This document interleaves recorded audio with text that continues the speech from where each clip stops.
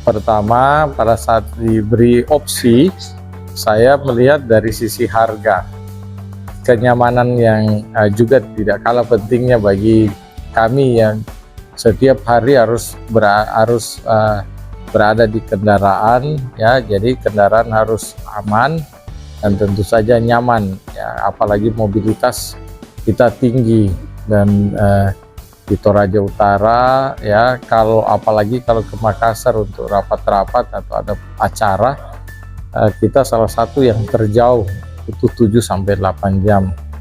Itu pertama, dari kenyamanan dan keamanannya. Lalu kita juga lihat arahan atau kebijakan dari pemerintah, pengurangan emisi untuk gas rumah kaca, sehingga kita harus melihat bahwa ini bagian dari dukungan kita ke kebijakan pemerintah pusat untuk menggunakan kendaraan listrik. Kemudian dari sisi harga juga jauh lebih rendah, lebih murah dibanding opsi yang lain yang ditawarkan untuk kelas yang hampir sama. Bahkan dengan anggaran sebesar itu kita mendapatkan satu tambahan kendaraan operasional.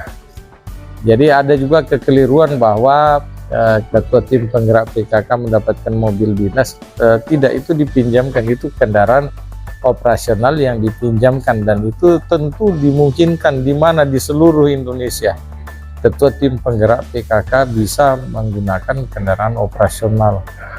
Lalu kalau dilihat dari biaya juga jauh sangat murah, operasional sehari-hari. Ini sekali pengisian 200.000 sekali, itu sudah bisa sampai ke Makassar dan beraktivitas di sana di hari pertama sebelum kita charge kembali. Nah, bandingkan jika kita menggunakan BBM, ya, yang bahan bakar fosil, itu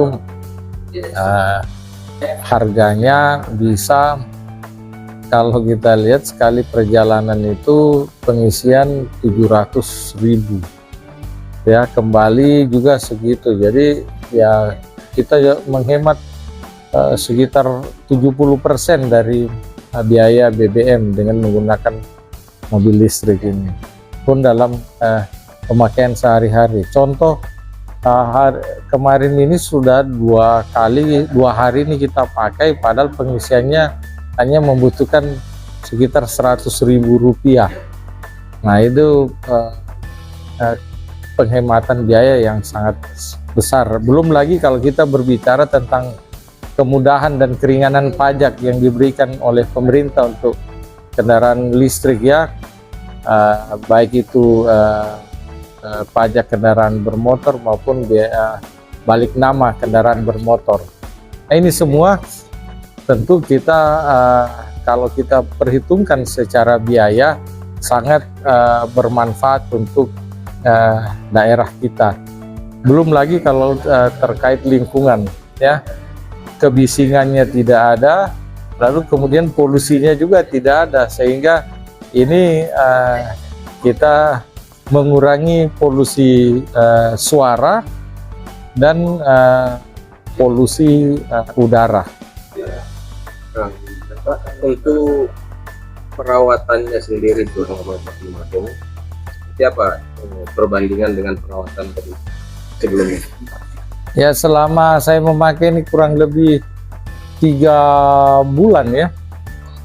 Baru sekali, karena mungkin karena mobil baru sekali servis, itu pun di servis di bengkel resminya, dan kami tidak dikenakan biaya.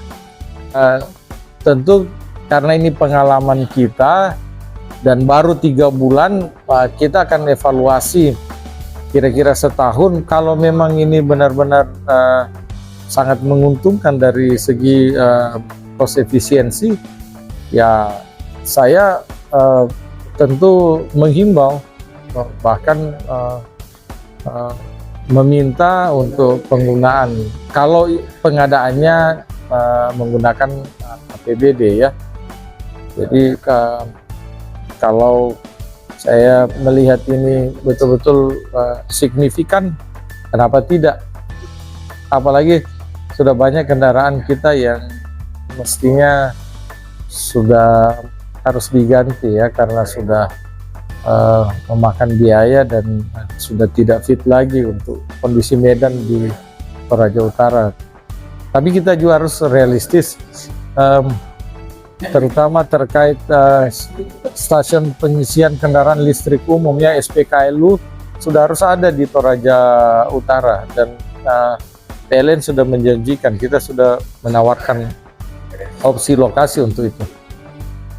Kira-kira di mana saja nanti opsi lokasinya itu? Baru satu nantinya di sekitar Kota Rantepao sebagai daerah tujuan wisata dan salah satu yang paling populer di Sulawesi Selatan.